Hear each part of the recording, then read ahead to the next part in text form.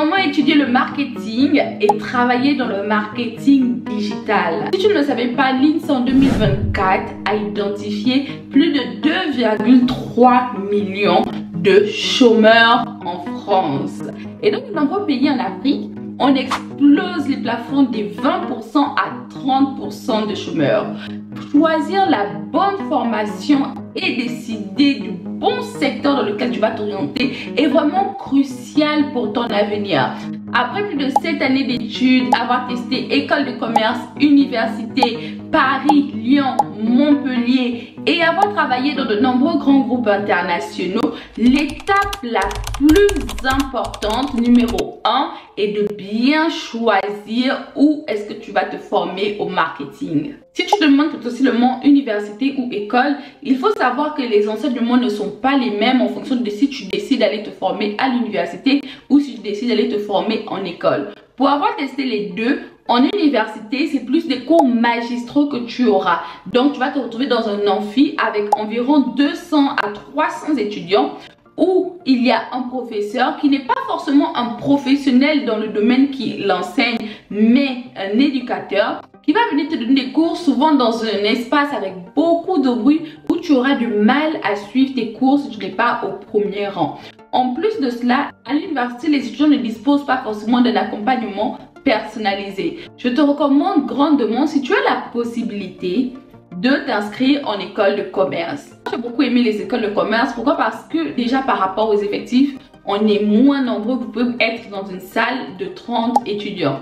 En plus de cela, l'avantage en école de commerce, c'est que les professeurs qui enseignent sont des professionnels. Ce ne sont pas des professeurs qui en ont appris l'art pédagogique, mais ce sont des professionnels qui viennent te faire travailler sur des cas pratiques en accord aux réalités rencontrées dans les entreprises. Et en troisième, l'avantage, c'est qu'on travaille beaucoup sur des cas concrets.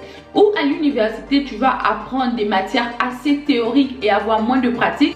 En école de commerce, la majorité des travaux sur lesquels tu vas travailler sont des cas d'études comme si tu étais en entreprise. L'avantage aussi en école de commerce, c'est qu'il favorise beaucoup la montée en compétences et l'expérience professionnelle. En école de commerce, je me souviens en première année, on devait au moins faire 2 à 3 stages dans l'année de 2 mois.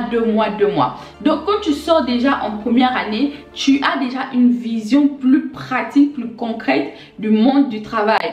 Alors qu'à l'université, vous allez faire beaucoup de cours, c'est beaucoup de théorie. Et souvent à l'université, on n'oblige pas les étudiants à faire un stage en dehors de la dernière année, ce qui est déjà, à mon sens, assez tard. En revanche, il y a de nombreuses universités qui essaient de prendre un module hybride, c'est-à-dire d'avoir une pédagogie comme en école. Une fois ton choix d'aller en école de commerce est fait, il y a une erreur qui a failli me coûter plus de 15 000 € à moi et à ma maman qui a financé mes études. Quand tu vas aller t'inscrire dans une école, retiens bien ce qui est intitulé RNCP, le répertoire national des certifications professionnelles. Tu dois, avant d'aller t'inscrire dans une école de commerce, te renseigner sur le fait que cette école soit enregistrée dans ce répertoire. C'est le répertoire des écoles reconnues par l'État. Si ton école n'est pas enregistrée dans ce répertoire, cela signifie que le diplôme que tu vas potentiellement acquérir au sortir de là ne te permettra pas de travailler ou du moins ne sera pas reconnu par l'État. En France, c'est cette accréditation RNCP qui valide les compétences que tu as acquises dans le cadre de ta formation. Il existe plus de 8 niveaux. Je vais te mettre plus d'informations sur le registre RNCP sous cette vidéo. Après, il existe aussi les cours en ligne. Si tu veux faire des cours en ligne, c'est bien. Mais je ne te recommande personnellement pas, sauf si tu travailles en parallèle de tes cours en ligne. Et quand je dis travailler, je ne dis pas travailler dans un restaurant ou dans une boîte de nuit. Je dis travailler dans une entreprise où tu appliques concrètement ce que tu apprends en cours. Parce que si tu ne le fais pas forcément et tu te dis bon, je fais mon travail qui est différent et je fais mes cours en ligne, très rapidement, tu peux être distraite ou même perdre de la motivation. L'idéal pour toi, c'est par exemple, si tu fais des cours en ligne pour valider une licence en marketing et communication digitale, tu puisses également travailler en tant qu'assistante marketing et communication dans une entreprise, peut-être en stage si tu n'as pas d'autre expérience, pour pouvoir concrètement être complémentaire avec ce que tu apprends à l'école. Quand tu choisis une école, c'est aussi très important de penser aux débouchés. On ne s'inscrit pas dans n'importe quelle école parce que le nom est joli ou parce qu'elle est près de chez nous. Quand tu t'inscris dans une école, aujourd'hui par exemple le cas de la France, tu as les grandes écoles de commerce. Les grandes écoles de commerce, ce sont les écoles qui forment les élites. C'est-à-dire que quand tu sors d'une grande école de commerce, il y a un certain seuil de salaire que tu ne peux pas toucher. Et majoritairement, les étudiants qui s'inscrivent dans ces écoles prennent des crédits. Si toi, tu n'as pas envie de t'endetter ou de mettre tes parents dans des complications durant tes études, tu peux viser une école de taille moyenne. Mais l'avantage de cette école doit être qu'elle dispose d'un bon réseau d'alumni. Les alumni, ce sont les anciens élèves. C'est assez simple. Pour savoir, est-ce qu'il y a beaucoup d'alumni dans l'école où tu vas aller t'intégrer? Pour voir si ton école dispose d'un bon réseau d'anciens élèves, tu vas aller sur la page de l'école sur LinkedIn et taper sur anciens élèves. Ensuite, tu vas pouvoir voir le nombre total d'anciens élèves qui sont sortis de cette école et les entreprises où ces derniers travaillent. Tu peux avoir des détails sur la ville, donc c'est hyper pratique.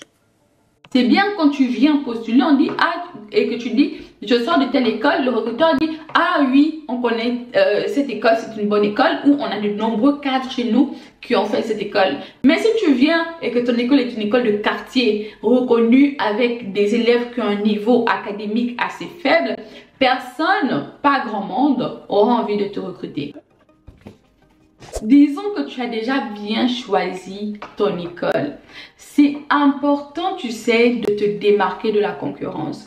Je disais au début de la vidéo que l'INSEE a recensé 2,3 millions de chômeurs.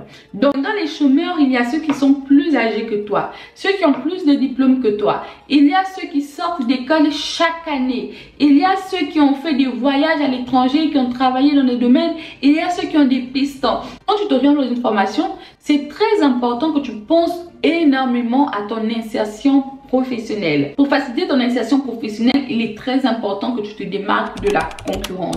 Il vaut mieux pour toi privilégier les expériences pro, maîtriser des logiciels, surtout si tu veux travailler dans le marketing digital. Il faut aussi avoir un portfolio pour te différencier de la concurrence. Tu imagines toi qui viens postuler avec un portfolio et celui qui vient postuler sans portfolio, à compétence égale, tu as un competitive advantage. Quand tu as l'occasion, postule dans des stages qui te permettent d'être de valeur ajoutée avec ce que tu étudies. Si tu es étudiant en communication, même si on t'a dit que travailler à l'usine, ça paye 3 fois plus, ça paye 20-50 euros de l'heure, ne privilégie pas cette expérience-là.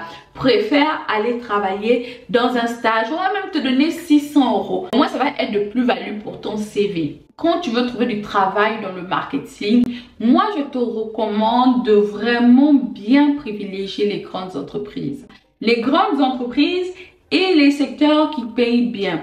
Il y a des domaines qui ne payent pas, ça ne sert à rien d'y aller. Par exemple, je vais être honnête avec toi. Si tu fais du marketing simple, il n'y a pas de digital derrière, tu vas chômer. Tu vas pas être bien payé quand tu vas sortir de tes études. Il est mieux pour toi que tu privilégies le marketing digital. Il y a des métiers du marketing digital qui payent mieux, largement mieux que d'autres. Surtout si tu es en tant que salarié. Quand tu es en tant que freelance, ton salaire dépend de toi. Et aussi, il y a quelque chose que de nombreux professionnels font, c'est d'oublier de se former après être sorti d'école. N'arrête pas de te former, n'arrête jamais. Surtout dans le domaine digital où ça va tellement vite. Si tu arrêtes de te former, ça ne sert vraiment pas à grand chose parce que tu vas être rapidement obsolète. Et laisse-moi te dire que juste en passant une certification, j'ai pu augmenter mon salaire drastiquement de plus de 6 000 euros parce que j'ai fait une formation en moins d'un mois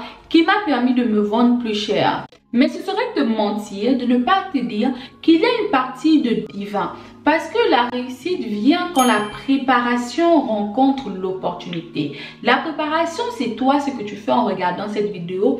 Maintenant, l'opportunité, c'est l'ensemble des connexions divines que Dieu va mettre sur ton chemin pour te permettre de les acquérir. Tu seras encore mieux préparé si tu avais une vision plus claire des différents métiers du marketing digital. Pour cela, je t'invite à regarder cette vidéo et c'était Cynthia Kibongu. On se dit à très bientôt.